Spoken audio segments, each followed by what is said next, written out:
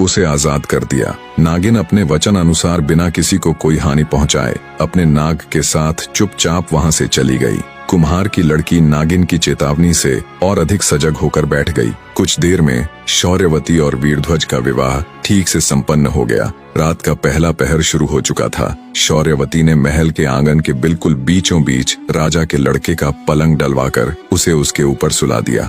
कुम्हार की लड़की ने अपने पति को राजमहल के आंगन में बीचों बीच पलंग डालकर सुला दिया। आज की रात उसे कैसे भी करके अपने पति को मरने नहीं देना था। पति की मृत्यु को टालने के लिए उसने पलंग के एक कोने पर दिया जलाकर रख दिया और हाथ जोड़कर प्रार्थना की, हे अग्निदेव, आज की रात पलंग के इस कोने की जिम्मेवारी आपकी है। अगर मेरी पतिव्रता सच्ची है तो मेरे पति की रक्षा करना। पलंग के दूसरे कोने पर एक लोटा जल भर कर रख दिया और बोली, हे जलदेव, अगर मेरी भक्ति सच्ची है तो आज की रात मेरे पति की रक्षा करना। शौर्यवती ने पलंग के तीसरे कोने के पास कुछ गेहूं के बीज रख दिए और बोली, हे अन्न देवता, इस कोने का भार मैं आपको सौंप रही हूँ। आज रात मेरे पति की रक्षा का दायित्व आपका है। और पलंग के चौथे कोने के पास वो खुद खड़ी हो गई। जब नाग उसके पति को मारने में असफल हो गया तो अब की बार धर्मराज ने राजा के लड़के के प्राण हरने के लिए खुद बेमाता को भेजा।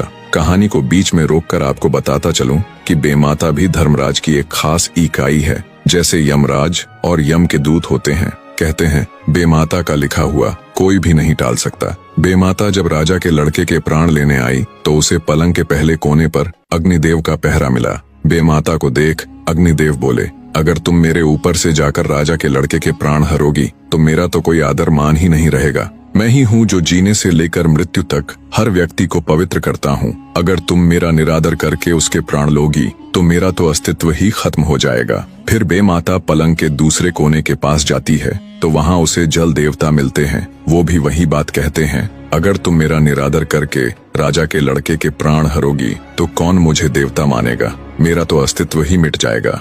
जब वो पलंग के तीसरे कोने पर जाती है तो वहाँ उसे अन्न देवता का पहरा मिलता है। वो भी वही बात कहते हैं। बेमाता अन्न देवता की बात भी मान लेती है। जब वो पलंग के चौथे यानी आखिरी कोने के पास जाती है तो उन्हें देखते ही कुम्हार की लड़की भागकर बेमाता के पास आकर उसके पैर दबा देती है। जैसे ही शौर्यवती बेमाता के पैर दबाती है तो वे बोल पड़ती हैं, सदा सुखी रहो, सदा सुहागन रहो, भगवान तुम्हारी जोड़ी बनाए रखे। बेमाता जल्दबाजी में ये सब बोल जाती है। उसे ध्यान ही नहीं रहा कि वो यहाँ उसे आशीर्वाद देने नहीं बल्कि उसके पति के प्राण लेने के लिए आई है। अब मुख से शब्द तो निकल चुके थे।